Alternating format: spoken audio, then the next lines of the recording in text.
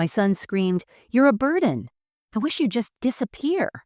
His kids heard everything. I packed my bag quietly. 3 days later, my phone rang. It was the school. "Your grandchildren's tuition hasn't been paid. Your son said, you always pay it." I smiled and, "Before we start, let us know in the comments where you're watching from. Don't forget to like, share, and subscribe for more powerful stories." My name is Margaret Thompson, and at 68 years old, I never imagined I'd become a stranger in my own son's home. But before I tell you how everything fell apart, let me tell you who I used to be, or rather, who I still am, despite what my son David thinks. I raised 3 children alone after my husband Michael died in a construction accident 32 years ago. David was only 15 then, the oldest, with his sisters Emma and Claire trailing behind at 12 and 10. The insurance money barely covered the funeral, and suddenly I was a widow with 3 teenagers and a mortgage that didn't care about my grief. I took any job I could find. During the day, I shelved books at the public library. At night, I cleaned offices downtown. On weekends, I baked cakes for neighbors' parties. My hands became rough from all the cleaning chemicals, and my back ached from hours of bending, but every penny went toward my children's future. Sleep became a luxury I couldn't afford. 4 hours a night was enough if it meant David could stay in his advanced placement classes. When David got accepted to medical school, I sold my mother's pearl necklace, the one she wore at her wedding, the one meant for my daughter's wedding someday. But David needed textbooks, and pearls don't put food on the table or pay for anatomy supplies. Emma and Claire understood, or at least they said they did when I explained why I couldn't help with their college as much. The day David graduated from medical school, I sat in the back row of that auditorium with tears streaming down my face. My boy, my brilliant boy, was going to be a doctor. Every sacrifice, every missed meal, every double shift had led to this moment. When he walked across that stage, he looked for me in the crowd, and when our eyes met, he mouthed the words, "Thank you, Mom." That memory would later become both my greatest joy and deepest pain. 5 years ago, when David married Sarah, I took out a loan against my life insurance to help with their dream wedding. Sarah wanted roses imported from Ecuador and a reception at the country club. I wore a dress I'd bought from a thrift store, carefully mended and pressed, while I watched them dance under crystal chandeliers I'd helped pay for. When their twins were born, Emma and Jack, I moved into a smaller apartment, selling the family home to give David the down payment for a house in a good school district. "The kids need a backyard," he'd said, and how could I argue with that? I kept only what fit in 2 suitcases and a few boxes of photos. The rocking chair where I'd nursed all 3 of my babies went to an estate sale. Now I live in a 1-bedroom apartment above the bakery on Maple Street. The smell of fresh bread every morning reminds me of Sunday dinners when my children were young, when David would help me roll out pie crusts and tell me about his day. Those memories feel like they belong to someone else now. Despite my arthritis, I still work part-time at the library, not because I need to anymore, but because I never wanted to be what David would eventually call me, a burden. I volunteer at the church food pantry on Tuesdays, teach knitting at the senior center on Thursdays, and every Friday I bake cookies for the children's ward at the hospital where David works. The nurses all know me as Dr. Thompson's sweet mother. If only they knew how their favorite doctor really saw me. My days had settled into a gentle rhythm that brought me peace, even if they were simple. Every morning at 6:30, I would arrive at David's house with a smile and a thermos of fresh coffee. Sarah would barely acknowledge me, rushing past in her designer heels while scrolling through her phone, but the twins would race down the stairs and throw their arms around me. "Grandma's here," Emma would shout, while Jack would immediately start telling me about whatever dream he'd had the night before. I treasured those morning hours in their kitchen. While David reviewed patient files in his study and Sarah applied her makeup upstairs, I would prepare breakfast for the twins. Not just cereal or toast, but real breakfasts like my mother used to make. French toast cut into star shapes with strawberry faces, scrambled eggs so fluffy they seemed to float, freshly squeezed orange juice in their special dinosaur cups. Jack liked his toast with the crust cut off, arranged like a train on his plate. Emma preferred everything separated, nothing touching, with a smiley face drawn in syrup. The lunch boxes were my special project. Each day I packed them with sandwiches cut into fun shapes, vegetable sticks with homemade ranch dip, fruit kebabs that looked like tiny rainbows, and always, a handwritten note. For Jack, "You're braver than any superhero." For Emma, "Your smile lights up the world." Sometimes I'd draw little pictures or include riddles for them to solve at lunchtime.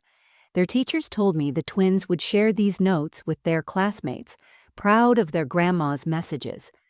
Walking them to the bus stop was becoming harder with my knee, but I never let it show. We had our routine, counting red cars on the way, naming shapes in the clouds, practicing spelling words. Emma would hold my left hand, Jack my right, and for those 7 minutes, I felt needed. The other parents at the stop would smile and wave, often commenting on how lucky the twins were to have such a devoted grandmother. Afternoons were for homework help.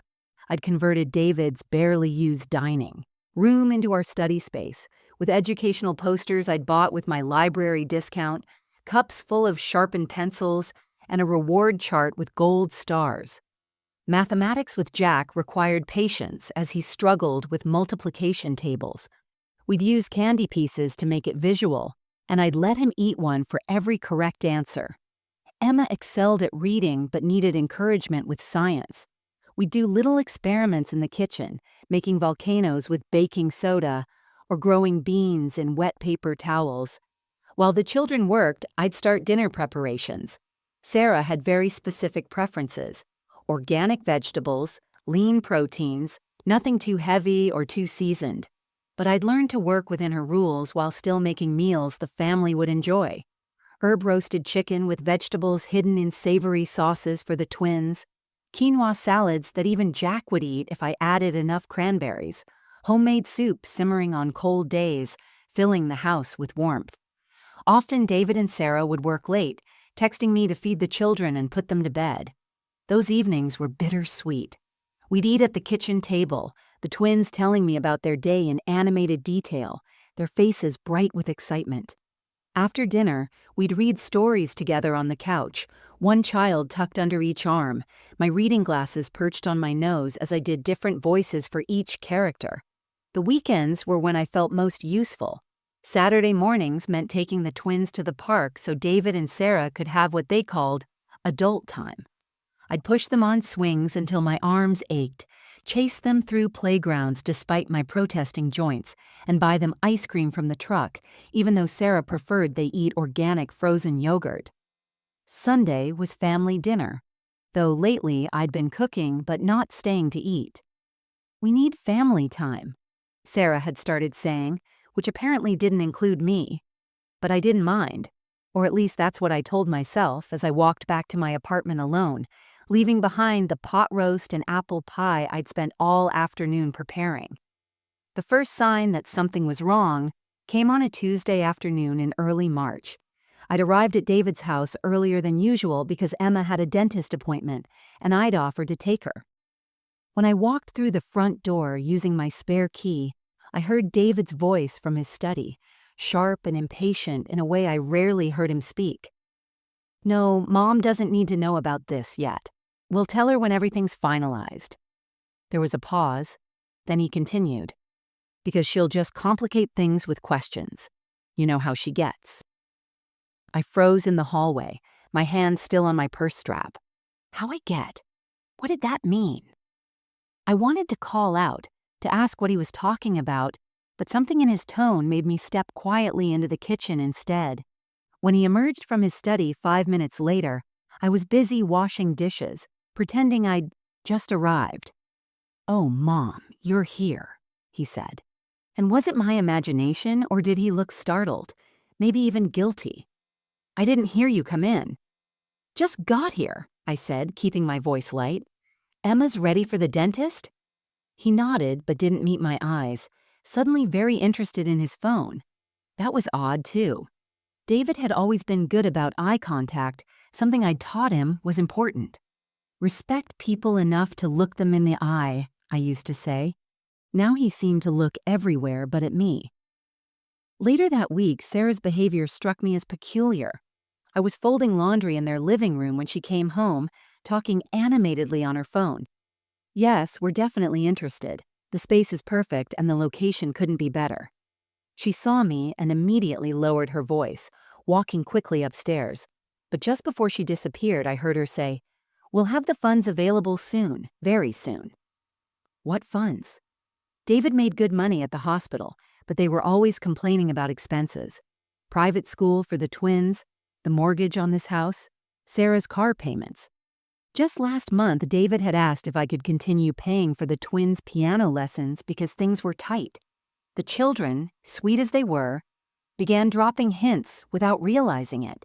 One afternoon, Jack mentioned casually while working on his homework, "Daddy said we might get a bigger house with a pool, and maybe you could live in the little house in the back."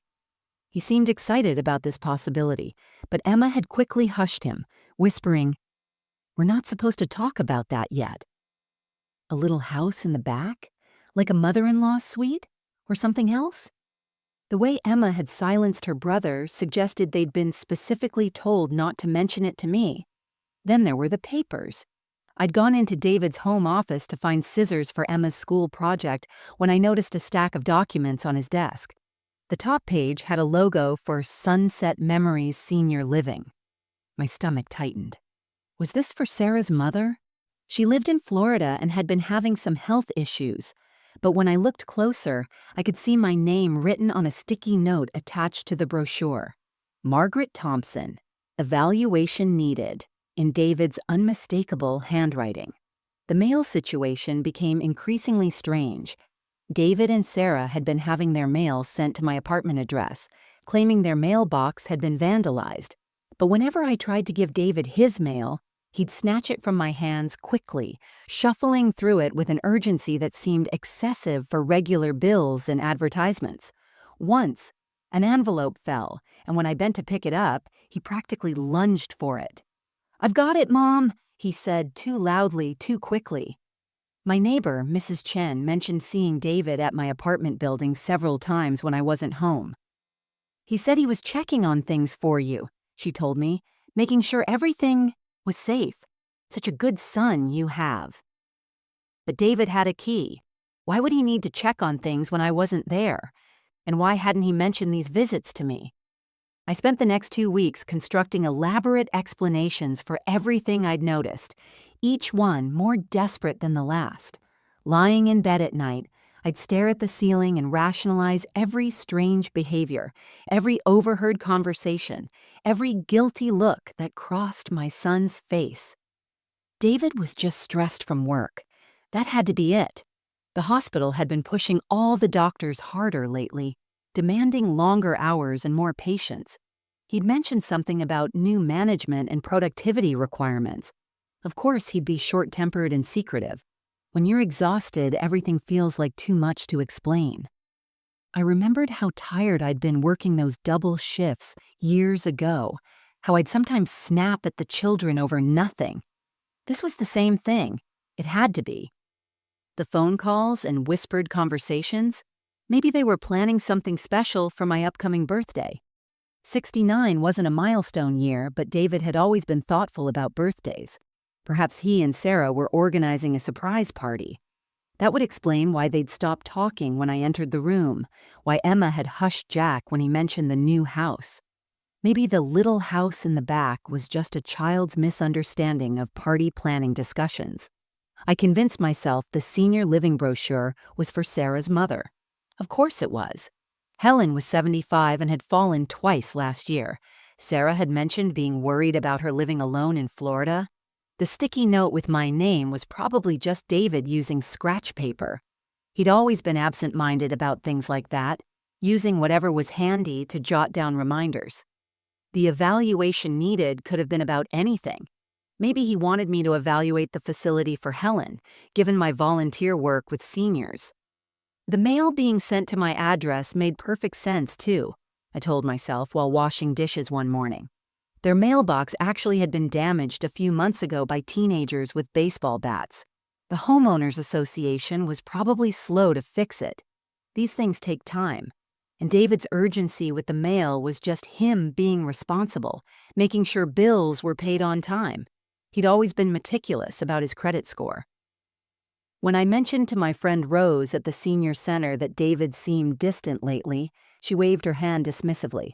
"All adult children go through phases," she said. "My daughter barely spoke to me for 6 months when she was stressed about her divorce. Your David's a doctor. Can you imagine the pressure?" I latched onto her words like a lifeline. Yes, that was it. Just a phase. Every relationship had its ups and downs, even between mothers and sons, especially between mothers and sons. I wrote in my journal that night, "I'm being paranoid. David loves me. He's always loved me. I'm seeing problems where none exist."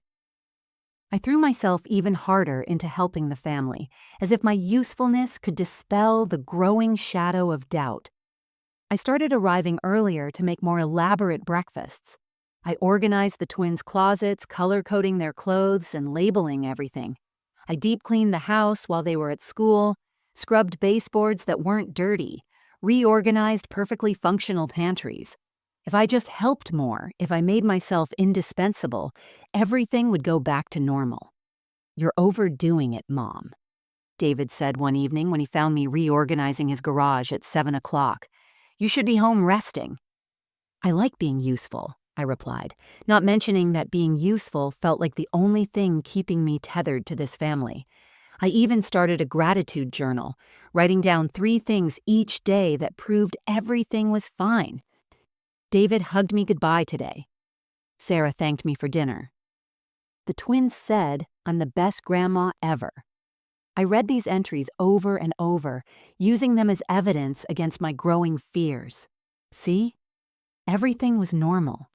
Families who love each other say these things. But late at night, when the apartment was quiet and I couldn't distract myself anymore, a small voice would whisper, "You know something's wrong. You're just afraid to admit it." I would silence that voice with another excuse, another rationalization, another desperate attempt to preserve the illusion that my son, my brilliant boy, who'd once mouthed, "Thank you, Mom," at his graduation, wasn't capable of betrayal. The morning that shattered my carefully constructed denial started like any other Thursday. I was sorting through mail at my apartment when I noticed an envelope addressed to David from Hartwell and Associates, a law firm downtown.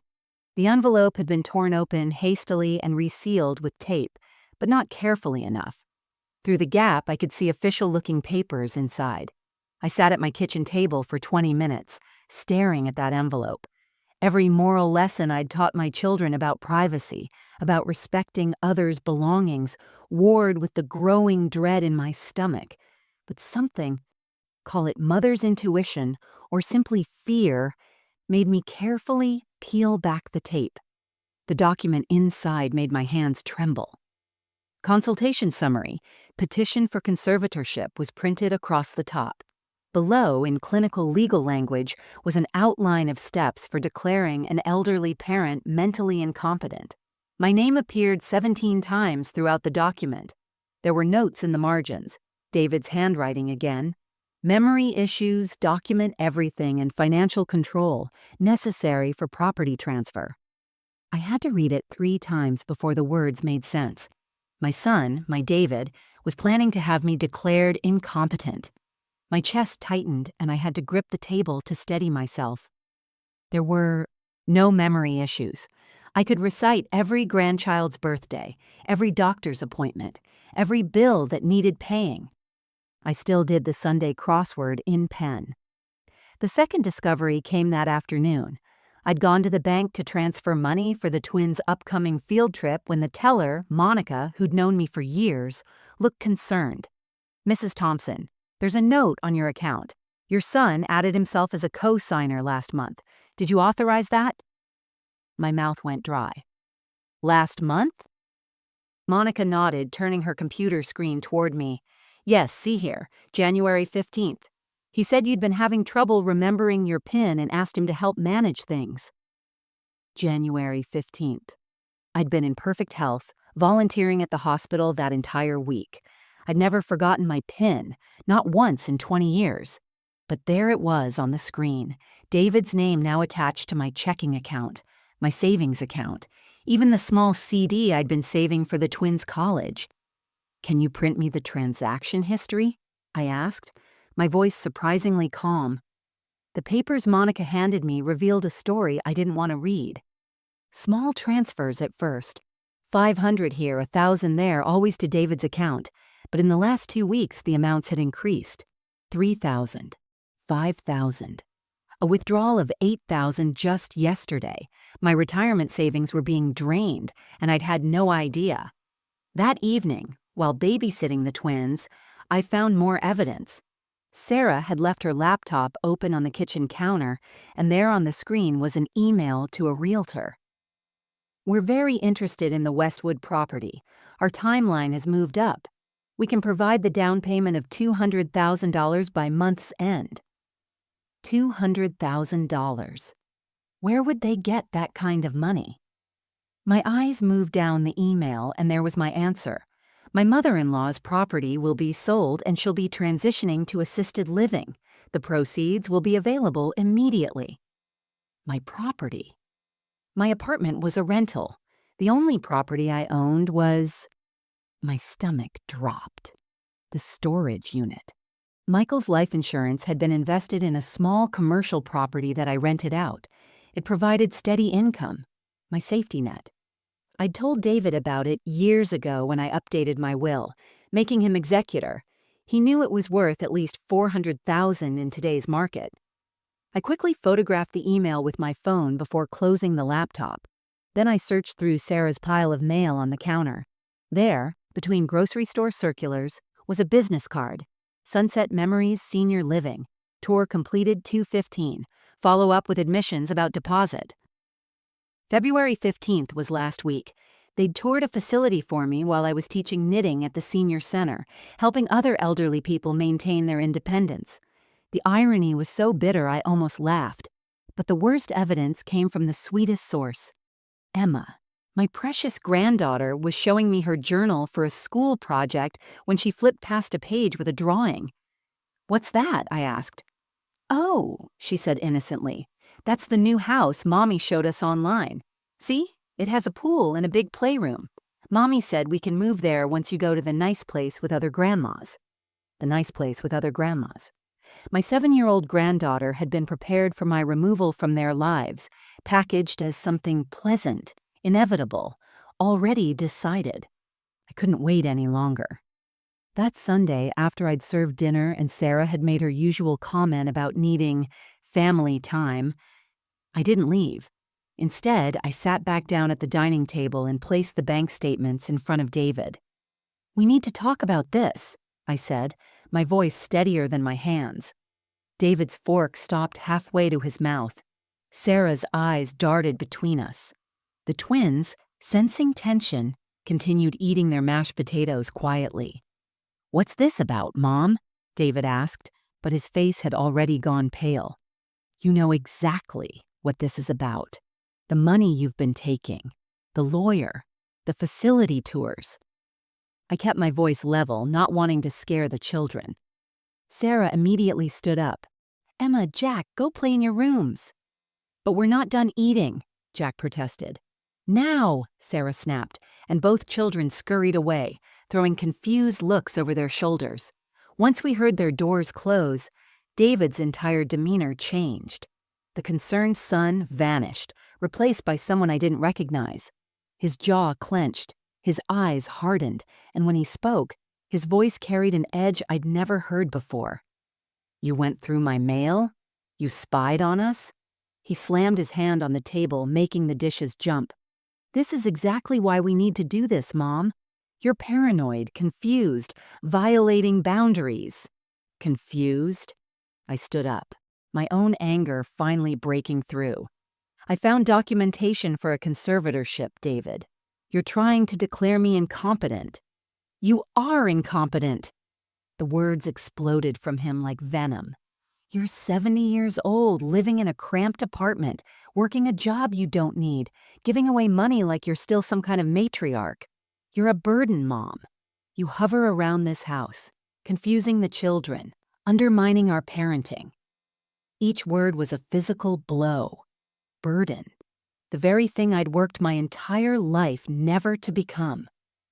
Sarah joined in, her voice cold and calculated. Margaret, you have to understand, you're not getting younger. Last week you forgot to pick up Emma from dance class. That never happened, I protested. See? Sarah turned to David. She doesn't even remember, and what about the time you left the stove on? I've never left the stove on in my life. David pulled out his phone, scrolling through something. I have documentation, Mom. Videos of you being confused, forgetting things, repeating, yourself. Any court would see you need help. Videos? My mind raced. Then it hit me. All those times they'd ask me the same questions over and over. What day is it, Mom? Did you take your medications? Tell us again about Dad's insurance. They'd been building a case, editing my responses to paint a picture of dementia. You planned this, I whispered, the full scope of their betrayal crystallizing. How long, David? How long have you been planning to rob your mother? It's not robbery, David shouted, his face red. That money is wasted on you. You live like a pauper while sitting on hundreds of thousands. We have plans, Mom, real plans. The twins need better schools. We need a better house. Why should we wait for you to die when we need it now? There it was, the brutal truth. I sacrificed everything for you, I said, my voice breaking. I went hungry so you could eat. I wore shoes with holes so you could have new ones for school. I worked until my hands bled to put you through medical school. And I'm grateful, David said, but his tone suggested otherwise. But that was your choice. I didn't ask you to martyr yourself. And frankly, Mom, you throw that in my face every chance you get. When have I ever? Every day. Every gesture, every gift, every moment you're here screams, look what I did for you. It's exhausting. We don't want your help anymore. We want you gone. Sarah added, her voice dripping with false concern.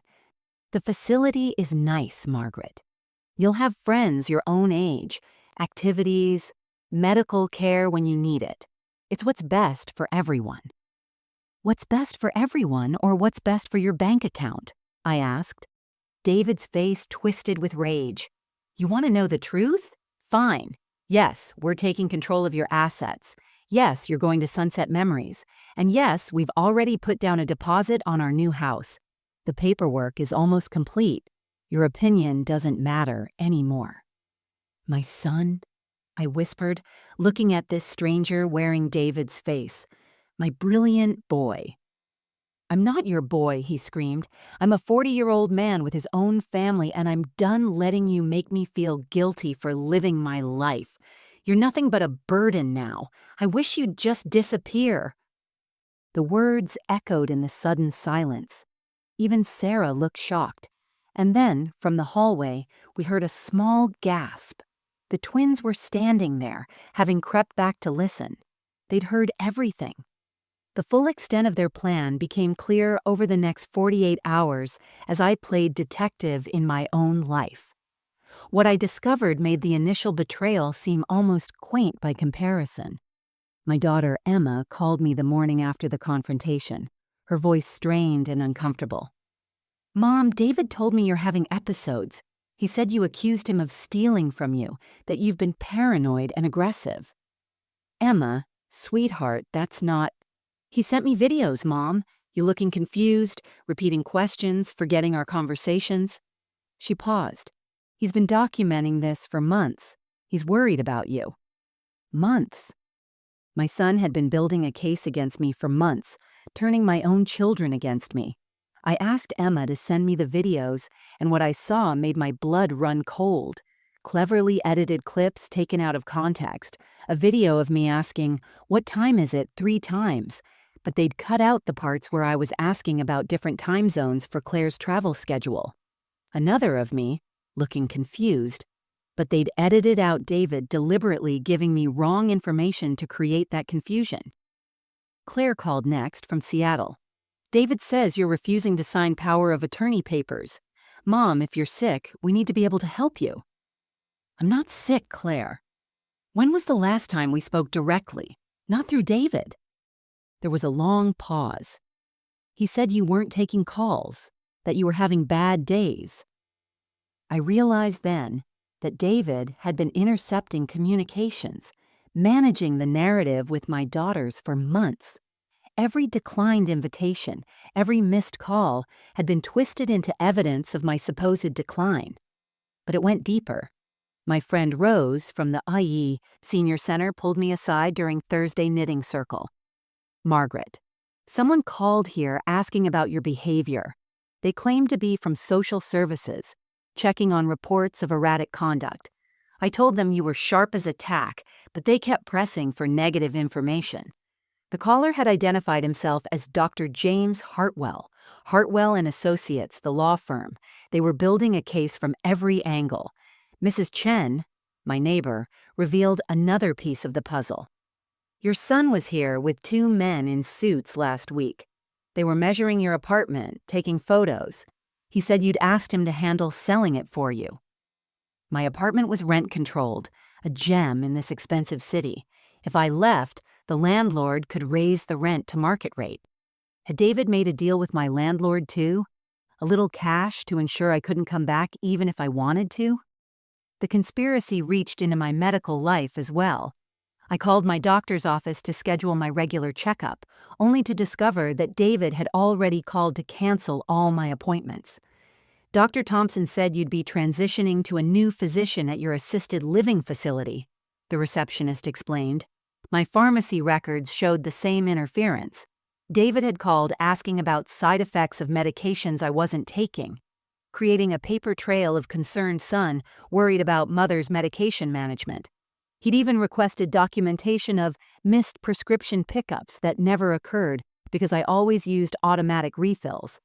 Sarah's brother, the lawyer, turned out to be more than just document preparation. I discovered he specialized in elder law, specifically in contested conservatorships. His website boasted about successful cases where he'd helped families gain control of difficult elderly parents' assets. One testimonial read, "Thanks to Mr. Brennan, we were able to secure our inheritance before our mother squandered it on unnecessary expenses." Unnecessary expenses. Is that what my life had become? The financial investigation revealed the most shocking element. The commercial property I owned, the one they planned to sell, had been quietly appraised 3 times in the last 6 months. Each appraisal was higher than the last. The latest valued it at $600,000, not the $400,000 I'd estimated. They'd also discovered something I hadn't known. The land was being considered for a major development project. If I held onto it for just 1 more year, it could be worth over $1 million. David knew this. He'd been attending city planning meetings, had copies of development proposals. He wasn't just stealing my present, he was stealing my future. The legacy I'd wanted to leave for all my grandchildren. The storage unit with Michael's things, items I'd kept for sentimental value, had already been cataloged by an estate sale company. Sarah had provided them with an inventory list, highlighting valuable antiques and collectibles. They planned to sell even my memories. Most chilling was an email I found accidentally forwarded to my address, meant for Sarah's account. It was from Sunset Memories. Regarding Margaret Thompson, we understand the family's urgency. We can expedite admission with a physician's statement of incapacity. Dr. Brennan has provided contacts for cooperative evaluators. The basic care package will suffice given the family's budget constraints. Basic care package. After everything I'd sacrificed, I was destined for the minimum care they could legally get away with, while they lived in luxury on my money. That night, I sat alone in my apartment as the weight of everything crashed down upon me. The cheerful yellow walls I'd painted myself seemed to mock me, photos of family moments now feeling like evidence of a life built on illusions. I pulled out Michael's picture from our wedding day, his young face bright with promise, and sobbed until I couldn't breathe. "I failed you, Michael," I whispered to his photograph. "You trusted me to raise our son right, and I created a monster." The memories came flooding back, each one now tainted with the knowledge of what David had become. I remembered the winter of 1994 when the heating bill was past due and I'd burned furniture in the fireplace to keep the children warm. Old chairs, a bookshelf, even the coffee table Michael had built with his own hands. David had been studying for his SATs, wrapped in blankets by that fire, promising me that someday he'd buy me a house where I'd never be cold again. I thought about the morning I'd collapsed at my office cleaning job from exhaustion and malnutrition. I'd been living on one meal a day so the children could have breakfast and dinner. The emergency room doctor had lectured me about self-care, but all I could think about was the college application fees David needed. I checked myself out against medical advice and worked a double shift that same night. There was the time I'd sold plasma twice a week for 6 months to pay for David's MCAT prep course. The needle scars had taken years to fade, but David had scored in the 95th percentile. He'd framed that score report saying it was all thanks to me. Where was that frame now? Probably in the trash, along with every other sentiment he'd once expressed. I pulled out a box from under my bed, filled with cards and letters from David over the years. Father's Day cards addressed to Mom, who was both parents. A letter from medical school saying I was his hero. A Mother's Day card from just 5 years ago that read, "Every patient I save because you saved me first." How did that boy become the man who called me a burden? I found his childhood drawings, crayon pictures of our little family. He'd always drawn me with a giant smile and a heart on my chest. "That's because you have the biggest heart, Mommy," he'd explained at age 6. Now that same child wanted to lock me away and steal everything I'd worked for. The photo album revealed more pain. Pictures of me at David's white coat ceremony, tears of pride streaming down my face. I'd worn the same dress I'd worn to Michael's funeral because it was the only formal thing I owned. But I'd stood tall, so proud of my boy. There was David's wedding photo where he'd thanked me in his speech for teaching him the meaning of unconditional love. The word unconditional felt like a cruel joke now. I looked at my hands, gnarled from arthritis and years of harsh cleaning chemicals. These hands had scrubbed toilets, packed boxes, kneaded bread for bake sales, all to give my children a better life. The wedding ring I still wore had been loosened by weight loss during the lean years when food for the children came first. My body was a map of sacrifices, each ache and pain a testament to love I thought had meaning. The cruelest blow was a video on my phone from last Christmas. The twins were singing a song they'd written. "Grandma is our sunshine, Grandma is our star, we love you so much, exactly as you are." Emma and Jack had performed it with such joy, such genuine love. Would they remember me when I was locked away in sunset memories? Or would David and Sarah convince them I'd abandoned them, that I didn't love them enough to stay? I wrote Michael a letter that night, my tears blurring the ink. "My darling, our son has broken my heart in ways I didn't know were possible. Every sacrifice feels wasted, every moment of pride now poisoned. I don't recognize the man wearing our boy's face. He learned to be successful but never learned to be human. I gave him everything except, somehow, a soul. I'm 70 years old and I'm being discarded like old furniture. The boy who once brought me dandelions in his chubby fist now plots to steal my freedom. The daughter-in-law who smiled at our wedding now schemes to take my home. The grandchildren I adore are being taught that I'm something to be managed, not loved. But I'm still here, Michael. I'm still fighting. Our son might have forgotten who raised him, but I haven't forgotten who I am." I folded the letter and placed it in my jewelry box, next to the only ring Michael ever gave me. Then I wiped my tears, straightened my shoulders, and began to plan. They wanted me to disappear? I'd show them exactly what disappearing meant. I woke up at 3 in the morning with sudden clarity, as if Michael himself had whispered in my ear. I was done crying, done feeling sorry for myself, done being the victim in my own story. The woman who had worked 18-hour days to put her son through medical school wasn't going to roll over and let that same son destroy her. I stood in front of my bathroom mirror, really looking at myself for the first time in weeks. Yes, there were wrinkles and age spots. My hair was more silver than brown now, but my eyes were still sharp, still fierce. These were the eyes of a woman who had survived widowhood, poverty, and single motherhood. I wasn't going to be defeated by my own ungrateful child. "You want to fight, David?" I said to my reflection. "You just got one." The first thing I did was call my friend Patricia, a retired judge who'd lost her husband the same year I lost Michael. We'd stayed in touch through Christmas cards and occasional lunches. When she answered at 6:30 in the morning, she didn't sound surprised. "Margaret, I've been wondering when you'd call. Rose told me about the social services inquiry." "Patricia, I need your help. My son is trying to have me declared incompetent." "Come over right now. Bring everything you have." I gathered every document, every bank statement, every piece of evidence I'd collected. As I organized them, my resolve strengthened. David thought I was just a confused old woman, but I'd kept meticulous records my entire life. Every withdrawal he'd made, every forged signature, every suspicious transaction, I had them all. Patricia's living room became our war room. She listened to my story without interruption, occasionally writing notes in her legal pad. When I finished, she leaned back, a warrior's gleam in her eye. "Margaret, what David is doing isn't just morally wrong, it's criminal. Elder abuse, fraud, conspiracy to commit fraud, theft. He's looking at serious charges if we play this right." "I don't want to destroy him," I said, though part of me wasn't sure that was true anymore. "I just want to protect myself and my grandchildren." "Sometimes protecting yourself means letting someone face consequences," Patricia said.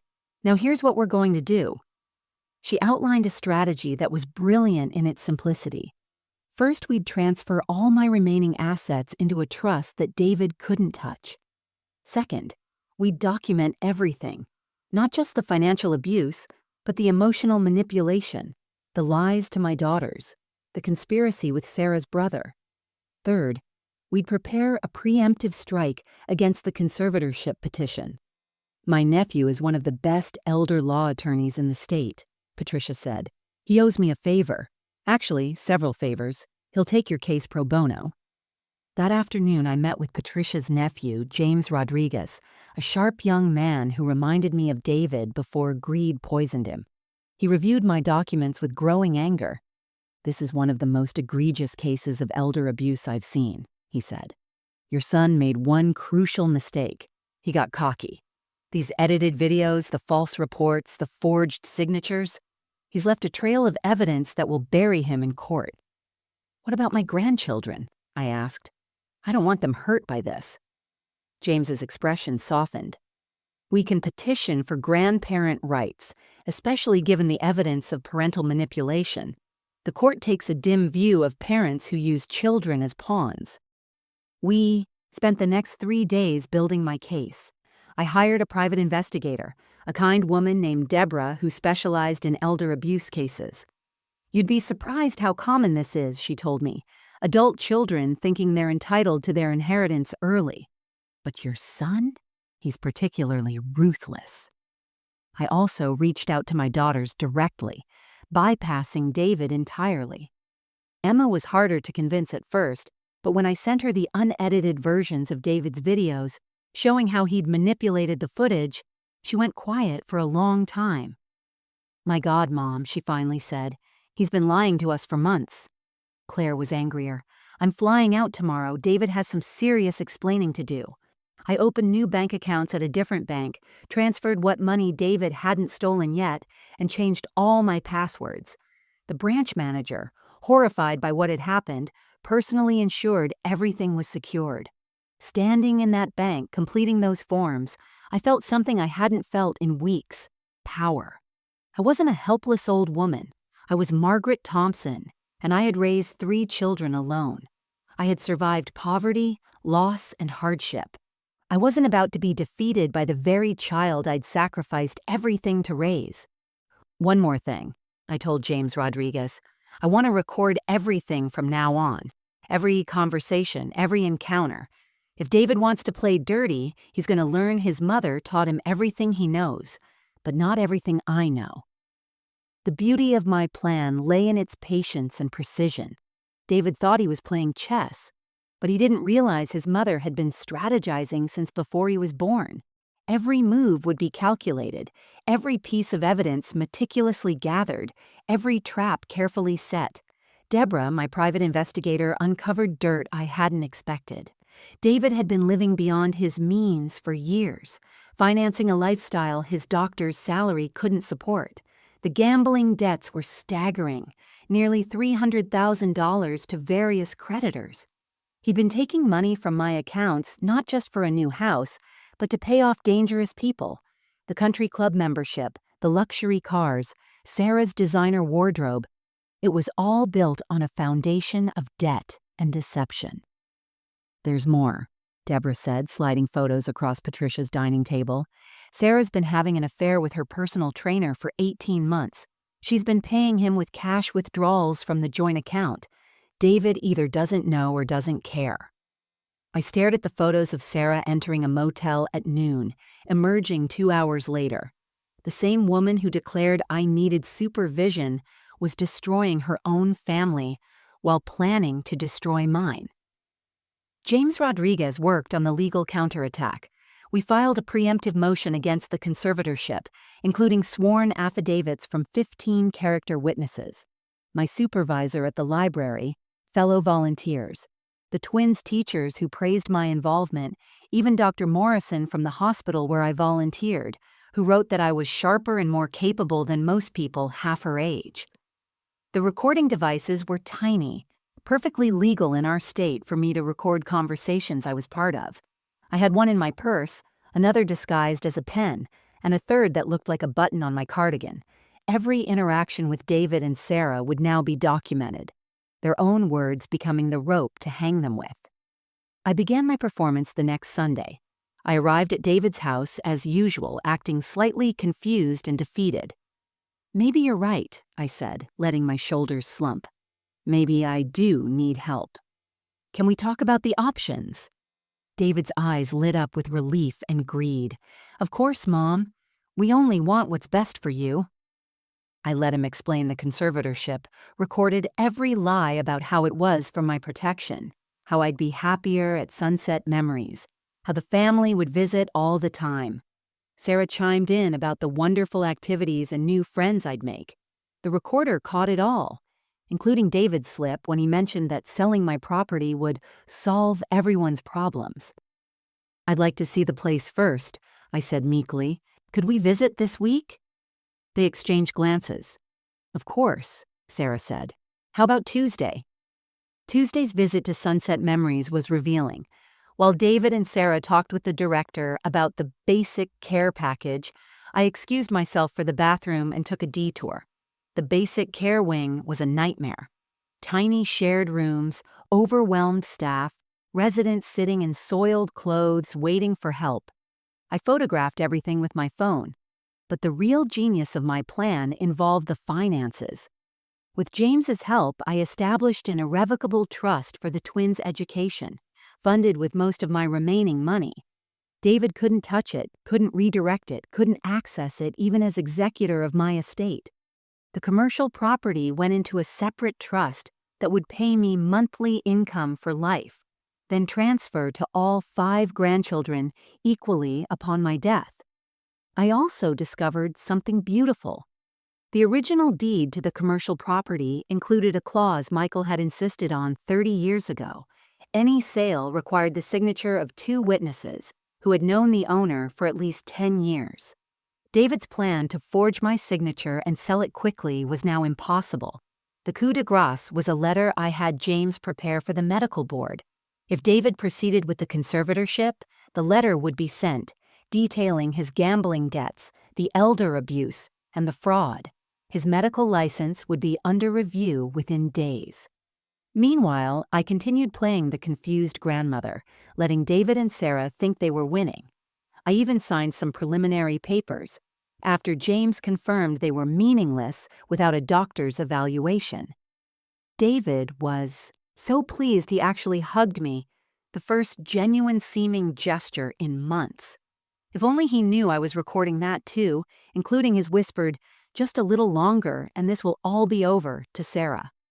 I scheduled my own evaluation with 3 independent geriatric psychiatrists, all of whom found me completely competent. Their reports would demolish any doctor David might pay off. The final piece was an invitation I sent out for a family meeting at my apartment the following Sunday. I told David I wanted to discuss my future with everyone present. He agreed eagerly, probably thinking I would announce my cooperation with his plans. I spent that Saturday night preparing, arranging chairs in my small living room, setting up hidden cameras Deborah had provided, and placing documents in strategic order. On my coffee table, I placed a photo of Michael and our wedding picture, reminders of the love that had started this family. "Tomorrow," I whispered to Michael's photo, "our son learns that his mother is not a burden to be discarded, but a force to be reckoned with." Sunday arrived with ominous gray clouds that matched the tension I felt coiling in my stomach. By 2 o'clock, my small apartment was fuller than it had been in years. David and Sarah arrived first, looking confident and assured. David even brought flowers. Grocery store carnations, the kind you grab from a bucket at checkout, but he presented them like a peace offering. "For my wonderful mother," he said, that practiced smile not reaching his eyes. The recorder in my sweater picked up Sarah's quiet snort of derision. Emma arrived from Portland with her husband Tom and their teenage daughter. Claire flew in from Seattle with her partner Jessica and their twin boys. Even my elderly brother Robert, whom I hadn't seen in 2 years, came from Arizona after I'd called him about the situation. Mrs. Chen from next door was there, along with Rose from the senior center. Patricia sat in the corner, ostensibly as a family friend, but really as my witness and support. The twins, Emma and Jack, fidgeted on the couch, clearly uncomfortable with the tension they could feel but not understand. I'd made their favorite cookies, and watching them eat them gave me strength for what was coming. "Mom, this is quite a gathering," David said, his voice carrying false cheer. "Should we discuss what we came here for?" I stood slowly, feeling every eye in the room on me. My hands weren't shaking anymore. I was ready. "Yes, let's discuss my future," I said, my voice clear and strong. "But first, David, there's something we need to address. The school called me 3 days ago." David's face went white. Sarah grabbed his arm. "What school?" he asked, but his voice cracked. "The twins' school. They said the tuition hadn't been paid, 3 months behind. The administrator was very confused because, as she explained, I've been paying it directly for the past 2 years. But this quarter, you told them you'd handle it yourself." "Mom, this isn't the time," David started. "When is the time, David?" "When I'm locked away at Sunset Memories in their basic care ward." Gasps rippled through the room. Emma stood up. "What is she talking about, David?" "She's confused," Sarah interjected quickly. "This is exactly why we called this meeting. Margaret needs help." "Confused?" I pulled out the bank statements. "Like I was confused when you stole $43,000 from my accounts over the past 4 months?" "Mom's having an episode," David said, turning to his sisters. "This is what I've been trying to tell you about." "An episode?" I pulled out my phone. "Let me show everyone the episode you recorded last month." I played the edited video first, the one showing me looking confused and disoriented. Emma and Claire had seen this version. Then I played the full video from my own recording, showing David deliberately giving me wrong information, asking the same question repeatedly until I looked frustrated, then editing it down. The room went deadly quiet. "My God," Claire whispered.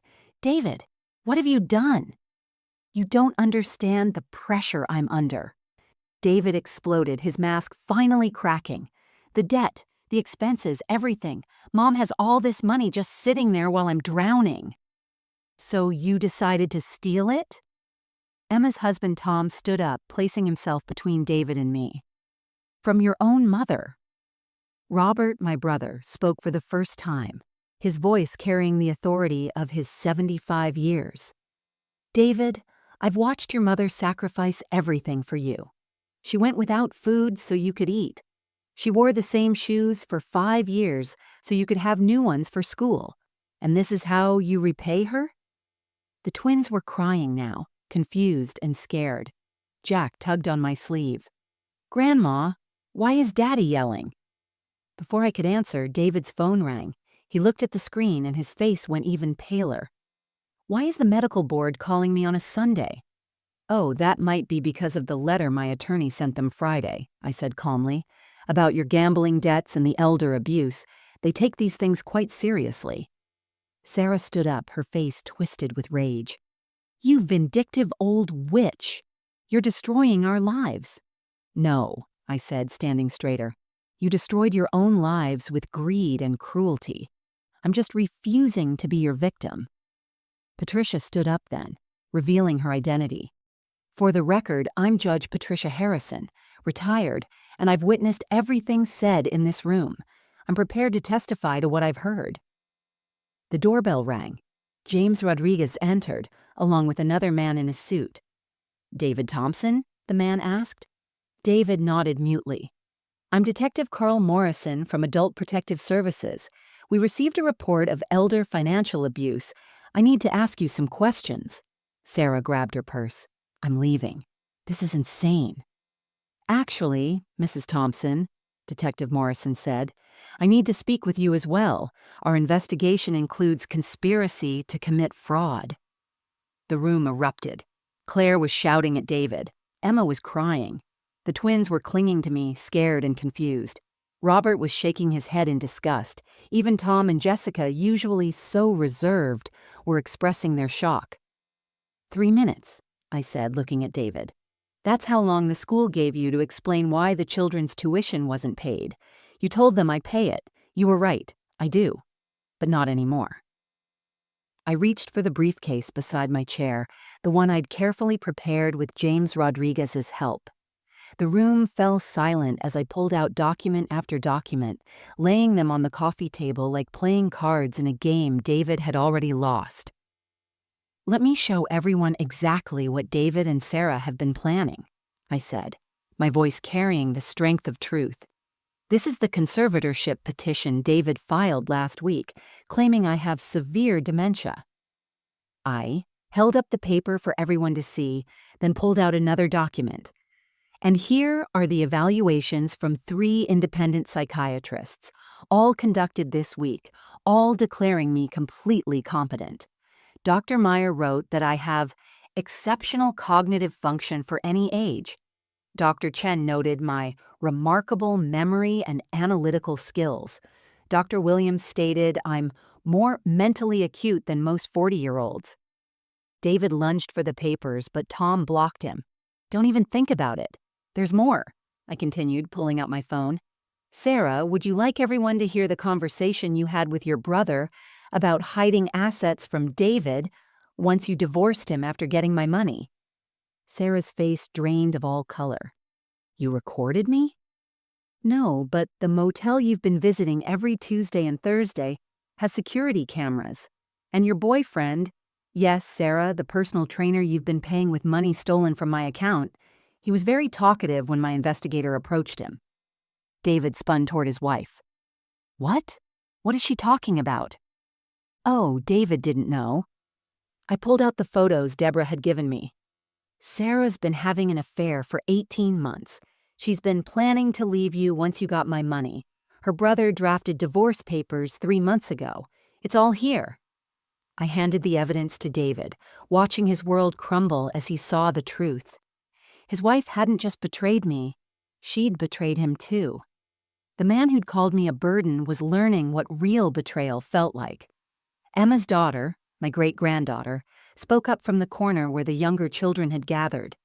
Dad, is Grandma David really trying to steal from great-grandma? That's what we're learning about in school. Elder abuse. The teacher says it's a crime. Out of the mouths of babes, Patricia said quietly.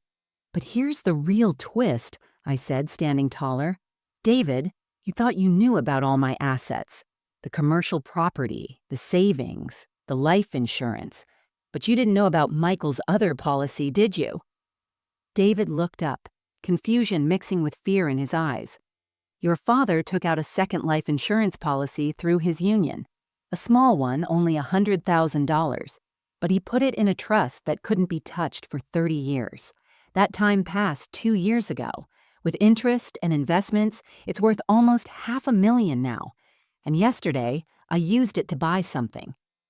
I pulled out the final document. I bought your house, David. The one you're behind on payments for. The one the bank was about to foreclose on because you've been using your mortgage payments to pay gambling debts. The room exploded. Sarah screamed, "You can't do that!" I already did. Cash purchase. The bank was thrilled to avoid foreclosure procedures. As of yesterday at 4 p.m., I own your house. I turned to my grandchildren, my voice softening. Don't worry, sweethearts.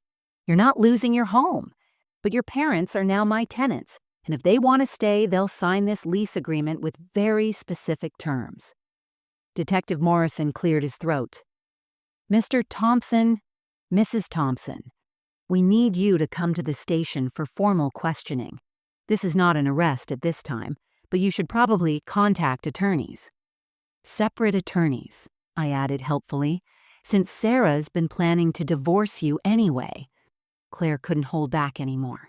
David, how could you, after everything Mom did for us? She did it to control us, David shouted. Everything was about her sacrifices, her suffering. No, Emma interrupted, tears streaming down her face. Everything was about love. You just became too selfish to see it. Robert stood up, his elderly frame shaking with anger. Margaret, I'm ashamed to share blood with your son. In my day, we'd have handled this differently. He looked at David with disgust. You're no man. You're certainly no son. The twins were crying openly now. Jack pulled away from his father when David reached for him. You were mean to Grandma. You made her cry. I heard you yell those terrible things.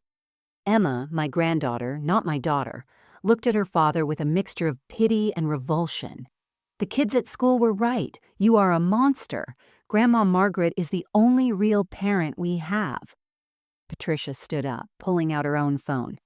I've just sent the full recording of this meeting to my cloud storage, with copies to my nephew James and to Detective Morrison. Every confession, every admission, every threat, it's all preserved. Sarah made a break for the door, but Detective Morrison's partner was already there. Ma'am, we really do need you to come with us. As David was led out, he turned back to me one last time. How could you do this to me? I'm your son. I looked at him, this stranger wearing my baby's face, and felt only sadness. I'm not doing anything to you, David. You did this to yourself. I'm just protecting myself from the man you chose to become. The house will be waiting for your children when they turn 18. Until then, if you want to live there, you'll pay rent, attend gambling addiction counseling, and family therapy. Sarah won't be welcome back. Those are my terms. The last thing I heard as they led him away was his broken voice. Mom, please. But I'd already turned away, gathering my grandchildren into my arms, promising them that everything would be okay, that Grandma would always be there, no matter what. 6 months later, my life had transformed in ways I never could have imagined. The morning sun streamed through the windows of my new home. Yes, David's former house was now truly mine, but I'd made it something entirely different. What had once been a monument to their greed was now filled with warmth, laughter, and the sound of children playing. David's medical license had been suspended pending a full investigation. The medical board took elder abuse by a physician extremely seriously, especially given the evidence of his attempts to falsify medical documents about my mental state. He was working as a medical consultant for an insurance company now, making a third of his previous salary. It was honest work, humbling work, and perhaps exactly what he needed. The criminal charges were reduced to misdemeanor elder abuse after he agreed to pay full restitution, every penny he'd stolen plus damages. It would take him years to pay it back, but I'd put every dollar into trust funds for all 5 grandchildren. I didn't want his money for myself. I wanted his accountability. Sarah had disappeared 2 weeks after that fateful Sunday, served David with divorce papers, and moved to California with her personal trainer. The twins hadn't heard from her since, though she sent birthday cards with no return address. Her absence was its own kind of cruelty, but I filled that void with all the love I had. The twins lived with me now. The court had granted me temporary guardianship while David underwent mandatory therapy for his gambling addiction and completed his court-ordered counseling. He saw them supervised visits twice a week, and slowly, painfully, he was learning to be a father without the cushion of money he didn't earn. "Grandma, look!" Jack ran into the kitchen where I was making breakfast. Real breakfast, like always, but now without the fear of being called a burden. He held up a math test with a bright red A+ at the top. "You were right, the multiplication tricks worked." Emma followed, carrying her violin. "Can you help me practice for the recital? Dad said he might come if his counselor says it's okay." The word might hung in the air, but I saw hope in her eyes. David had missed so many recitals before, too busy chasing money to see what real wealth looked like. These precious moments with his children. My daughters, Claire and Emma, had rallied around me in ways that healed wounds I didn't know existed. Claire had taken a leave of absence from her job to help me navigate the legal aftermath and to repair our relationship. "I'm so sorry, Mom," she'd said countless times. "I should have seen what David was doing. I should have protected you." "You couldn't have known," I told her, and I meant it. David had been that skillful in his deception, that careful in his manipulation. Emma, my daughter, not my granddaughter, had been the most vocal in her anger at David. She'd started a nonprofit organization focused on preventing elder abuse, using our story as a cautionary tale. "No one should go through what you did, Mom," she'd said at the launch event, "and no family should discover that their loved one has become a predator." The commercial property had indeed become part of a major development project. I'd sold it for $1.2 million, setting up educational trusts for all, 5 grandchildren, and a foundation for elder abuse victims. David would never see a penny of it, but his children would have every opportunity he'd tried to steal from them by stealing from me. The best part of my new life was the senior advocacy group I'd started. Never Silent Again. We met every Wednesday in what used to be David and Sarah's formal dining room, now transformed into a community space. 23 elderly men and women, all fighting against family members or scammers trying to take advantage of them. Patricia helped with legal advice. James Rodriguez provided pro bono services, and Detective Morrison often spoke about recognizing the signs of elder abuse. "You saved my life," Mrs. Watson told me after one meeting. Her daughter had been slowly poisoning her to get inheritance money. "If I hadn't heard your story, I would have thought I was just getting old and sick." Robert, my brother, had moved closer, buying a small condo 10 minutes away. "Families should look out for each other," he'd said simply. "I failed you once by not seeing what David was doing. Never again." The house felt alive in ways it never had when David and Sarah lived here. I'd replaced their cold, modern furniture with comfortable pieces that invited people to stay, to talk, to share. The formal living room was now a library where the twins did homework, and I tutored neighborhood children who couldn't afford help. Sarah's pristine white kitchen was now splattered with flour from baking projects, stained with berry juice from jam-making sessions, filled with the smell of soup, always simmering for anyone who needed a meal. David came for dinner once a month, part of his court-ordered family reconciliation therapy. These dinners were awkward, silent affairs at first. He'd sit at the table, the same table where he'd screamed that I was a burden and could barely meet my eyes. But slowly, things were changing. Last week, he'd helped Jack with homework without being asked. He'd complimented the meal. He'd even said quietly, "Thank you for not giving up on me entirely." I hadn't forgiven him. That would take time, maybe more time than I had left. But I was teaching his children what I'd apparently failed to teach him, that love isn't about what you can take, but what you can give. That family isn't about money, but about showing up. That strength isn't about control, but about standing firm in your truth. The morning of my 70th birthday, I woke to the sound of children laughing in my kitchen.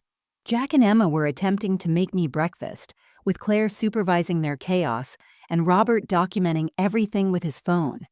Flour dusted every surface. Eggshells littered the counter, and something was definitely burning.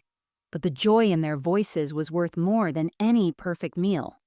"Grandma's awake," Emma shouted, racing to hug me. "We're making your special birthday breakfast."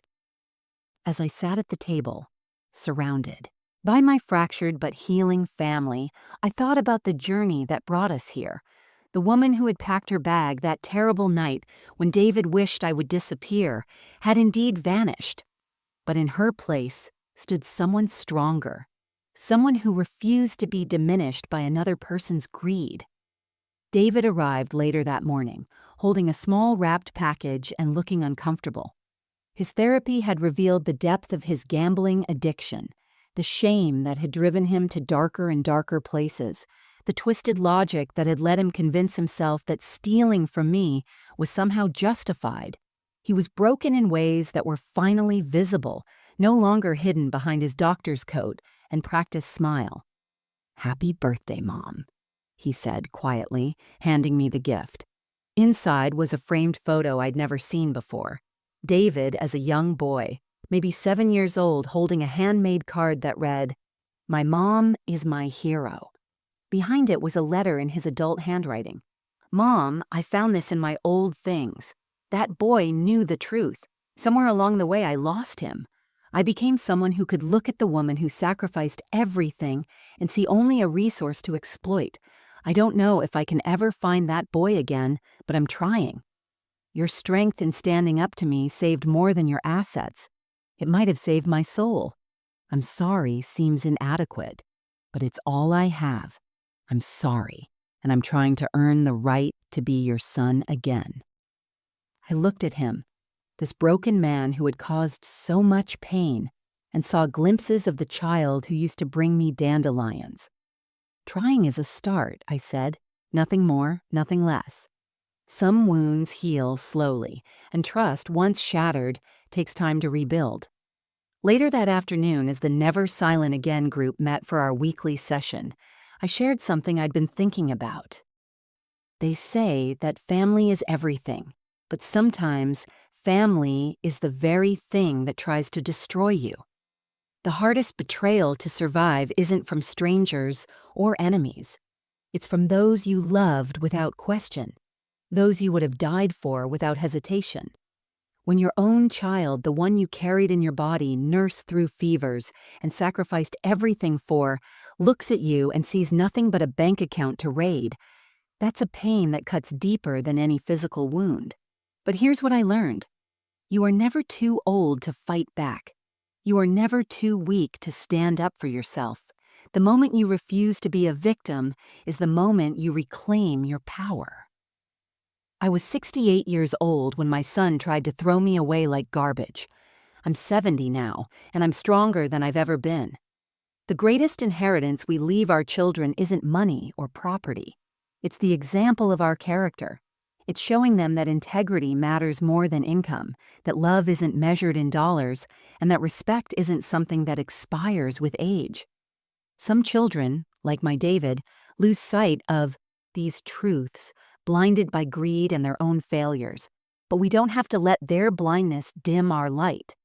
Mrs. Patterson, our newest member, raised her hand. "But how did you find the strength? My daughter is doing the same thing to me, and I feel so helpless." I took her weathered hand in mine, feeling the tremor of her fear. "The strength was always there, dear. It's the same strength that got you through whatever life threw at you for 70, 80, maybe 90 years. You survived everything up until this moment. You can survive this too, but more than survive, you can thrive. You can fight. You can win. As the meeting ended and people began to leave, each one carrying a little more hope than when they'd arrived, Patricia pulled me aside. You know what you've built here is remarkable, right? You've turned the worst betrayal into a beacon of hope for others. I looked around the room, at the photos of grandchildren on the walls, at the legal resources stacked on shelves, at the coffee pot always brewing for anyone who needed to talk. This house that David and Sarah had bought with stolen dreams had become a sanctuary for the vulnerable, a fortress for the forgotten. That evening, as I tucked Jack and Emma into bed, Jack asked me a question that stopped my heart. "Grandma, why did Daddy try to hurt you?" I sat on the edge of his bed, choosing my words carefully. Sometimes, sweetheart, people lose their way. They forget what's important. Your daddy got lost in a dark forest of his own making, but he's trying to find his way back. "Will he find it?" Emma asked from her bed. "I don't know," I said honestly. "But whether he does or doesn't, you two remember this. Real love doesn't calculate what it can get. Real love gives. And no matter how old you get, no matter what anyone tells you, you always have the right to stand up for yourself. Never let anyone, not even someone you love, convince you that you're a burden. The elderly are not disposable. They are not burdens to be managed or resources to be mined. They are human beings who've earned their dignity through decades of living, working, and sacrificing. When we allow greed to poison family bonds, when we see our elders as obstacles to our inheritance, rather than treasures of wisdom and love, we lose more than money. We lose our humanity. But when we stand up to abuse, when we refuse to be silenced or dismissed, when we fight back against those who would discard us, we teach the most valuable lesson of all. Every person, at every age, has worth that cannot be measured in dollars. What would you have done in Margaret's situation? Would you have fought back against your own child, or would you have quietly accepted being erased? Have you seen elder abuse in your own family or community? What signs did you notice, and what did you do about it? Share your thoughts in the comments below. If you have an elderly parent, grandparent, or loved one, call them today. Check on them. Make sure they know they're valued for more than any financial legacy they might leave. And if you know someone who might be suffering in silence, share this story with them. Sometimes, knowing you're not alone is the first step to finding your strength. Remember to subscribe for more stories about resilience, family truth, and the courage to stand up for what's right, no matter your age. And if you or someone you know needs help with elder abuse, contact the National Elder Abuse Hotline at 1-800-677-1116. You're never too old to fight for your dignity, and you're never alone in that fight.